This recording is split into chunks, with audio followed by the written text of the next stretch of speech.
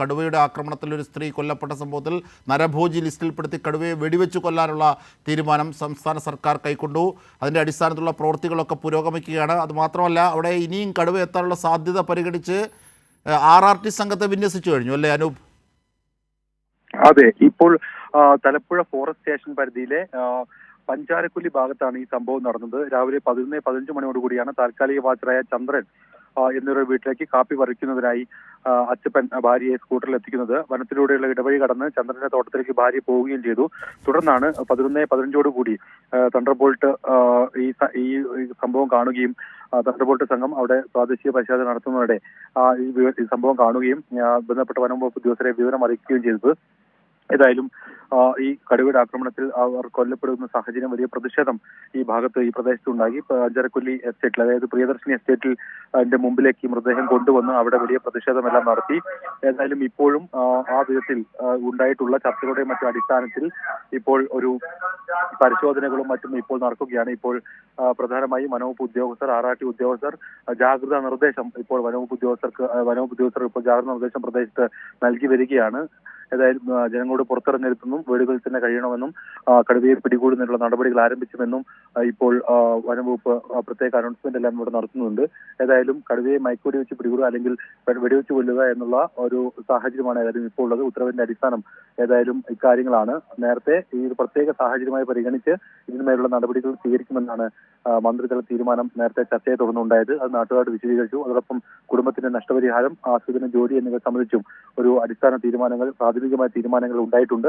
ഏതായാലും അതിന്റെ അടിസ്ഥാനത്തിലാണ് ശക്തമായ പ്രതിഷേധം നേരത്തെ ഇവിടെ ഉണ്ടായിരുന്നത് അവസാനിച്ചത്. പിന്നീട് പോസ്റ്റ്മോർട്ടത്തിനായി മൃതദേഹം മാനന്തവാടി മെഡിക്കൽ കോളേജിലേക്ക് കൊണ്ടുപോവുകയും ചെയ്തു. ഏതായാലും ഇപ്പോൾ കടുവയെ പിടികൂടാനുള്ള ഒരു നടപടി ഊർജിതമായി ഈ പ്രദേശത്ത് നടക്കുകയാണ്. പഞ്ചാരക്കൊല്ലി ഈ മേഖലയിൽ, ഈ വന പ്രദേശത്തോട് ചേർന്നിട്ടുള്ള മേഖലയിലെല്ലാം തന്നെ പരിശോധന നടത്തി അല്പസമയം മുൻപ് ഇവിടെ കൂട് സ്ഥാപിക്കുകയും ചെയ്തിരിക്കുന്നു. കൂട് സ്ഥാപിച്ച് ഒപ്പം നിരീക്ഷണ ക്യാമറകൾ വെച്ചുമെല്ലാം ഈ കടുവയെ നിരീക്ഷിക്കും. അതോടൊപ്പം RRT സംഘം ഈ മേഖലയിൽ വ്യാപകമായ തിരച്ചിൽ നടത്തും. ഏതാണ്ട് ഒരു 100ഓളം വനപാലകരാണ് ഇപ്പോൾ തന്നെ ഈ മേഖലയിലുള്ളത്. നോർത്ത് വയനാട്, തിരുനെല്ലി, വരയാൽ, തലപ്പുഴ, വെള്ളമുണ്ട ഫോറസ്റ്റ് സ്റ്റേഷനുകളിലെ 100ഓളം വനവകുപ്പ് ജീവനക്കാരാണ് സ്ഥലത്ത് പരിശോധന നടത്തുന്നത്. പരിശോധന തുടരുകയാണ്. ഈ മേഖലയിൽ മാത്രമല്ല, കടുവ പോകാനിടയുള്ള വഴികളിൽ അല്ലെങ്കിൽ ആ മേഖലകളിൽ അത് എത്തിപ്പെടാനുള്ള സാഹചര്യങ്ങളിൽ അതിന്റെ സാന്നിധ്യം സംബന്ധിച്ച സൂചനകൾ മനസ്സിലാക്കിയ എല്ലാമാണ് ഇവിടെ പരിശോധന ഇപ്പോൾ നടക്കുന്നത്. തീർച്ചയായും. കാരണം RRT സംഘത്തെ വിന്യസിച്ചു. അത് മാത്രമല്ല, OR സംഭവ സ്ഥലത്ത് തന്നെ ഓടിയെത്തി ആ മൃതദേഹം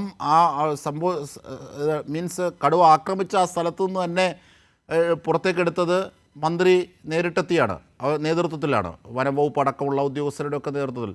അപ്പോൾ ഒരുപക്ഷെ അതിനുശേഷം ഈ ഫെൻസിങ്ങിൻ്റെ കാര്യം പറഞ്ഞു. അതാണ് പ്രധാനപ്പെട്ട ഒരു ആവശ്യമായി ജനങ്ങൾ ഉന്നയിച്ചതിൽ ഒന്ന്.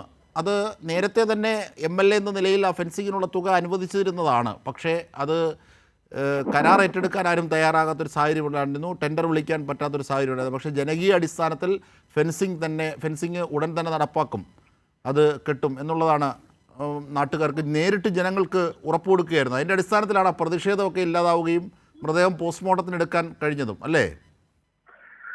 ഈ സംഭവം നടന്ന ഉടൻ തന്നെ MLA കൂടിയായ മന്ത്രി OR സ്ഥലത്തെത്തുകയും ജനങ്ങളുമായി വിവിധ തലങ്ങളിൽ ആശയവിനിമയം നടത്തുകയും എല്ലാം ചെയ്തുകൊണ്ട് ആദ്യം മുതൽ തന്നെ ഈ പ്രതിഷേധത്തിന്റെ എല്ലാ ഘട്ടത്തിലും അവസാനം വരെയും മന്ത്രി OR ഇവിടെ ഉണ്ടായിരുന്നുള്ളതാണ്. അദ്ദേഹത്തിന്റെ സംയോജിതമായ ഇടപെടലുകളാണ് പലപ്പോഴും വലിയ രീതിയിൽ കൈവിട്ടു പോയേക്കാവുന്ന ഒരു സംഘർഷത്തെ നിയന്ത്രിച്ചതും മറ്റും. ഏതായാലും MLAയുടെ വാക്കുകൾ അല്ലെങ്കിൽ മന്ത്രിയുടെ വാക്കുകൾ ജനങ്ങൾ വിശ്വാസത്തിലെടുക്കുകയായിരുന്നു. അദ്ദേഹം ഇതിനെ നടത്തിയ ശ്രമങ്ങളെല്ലാം തന്നെ ആ വിധത്തിൽ പരിഗണിക്കപ്പെട്ടു എന്നുള്ളതാണ്. മന്ത്രി പറഞ്ഞത് ജനങ്ങൾ ഉൾക്കൊണ്ടു.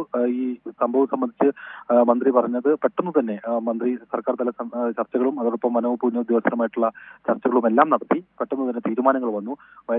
നോർത്ത് വയനാട് DFO സ്ഥലത്ത് ക്യാമ്പ് ചെയ്ത് ഈ കാര്യങ്ങൾ എല്ലാം ജനങ്ങളോട് വിശദീകരിക്കുകയും ചെയ്തു. വനവകുപ്പ് ഉദ്യോഗസ്ഥരും ആ വിധത്തിൽ സംയോജിതമായി പലപ്പോഴും ഇടപെട്ടതാണ് പ്രതിഷേധം ആ വിധത്തിൽ പോവാതെ പെട്ടെന്ന് തന്നെ അത് ആ വിധത്തിൽ അവസാനിക്കുന്നതിന് സാഹചര്യം ഒരുക്കിയത്. അതിന്റെ പ്രധാന കാരണം അടിസ്ഥാനപരമായി ഈ കാര്യങ്ങൾ പരിഹരിക്കാനുള്ള ആത്മാർത്ഥമായ തീരുമാനങ്ങൾ കൈക്കൊണ്ടു എന്നുള്ളതാണ്. വനവകുപ്പ് എത്രയും പെട്ടെന്ന് തന്നെ സ്ഥലത്ത് പരിശോധന ആരംഭിച്ചു. RRT സംഘത്തെ എത്തിച്ചു. കൂട് സ്ഥാപിക്കാനുള്ള നടപടി തീരുമാനിച്ചു. അതോടൊപ്പം പെട്ടെന്ന് തന്നെ വൈൽഡ് ലൈഫ് വാർഡൻ ഈ കടുവയെ ഇറങ്ങിയതുമായി ബന്ധപ്പെട്ടുള്ള സാഹചര്യങ്ങൾ പ്രത്യേക സാഹചര്യമായി പരിഗണിച്ച് കടുവയെ വെടിവെച്ചു കൊല്ലാമെന്നുള്ള ഉറപ്പ് വരെ ജനങ്ങൾക്ക് നൽകി മന്ത്രി. ശരി, അനൂപാണ് വിവരങ്ങൾ, വിശദാംശങ്ങൾ അവിടെ നിന്നും നൽകിയത്.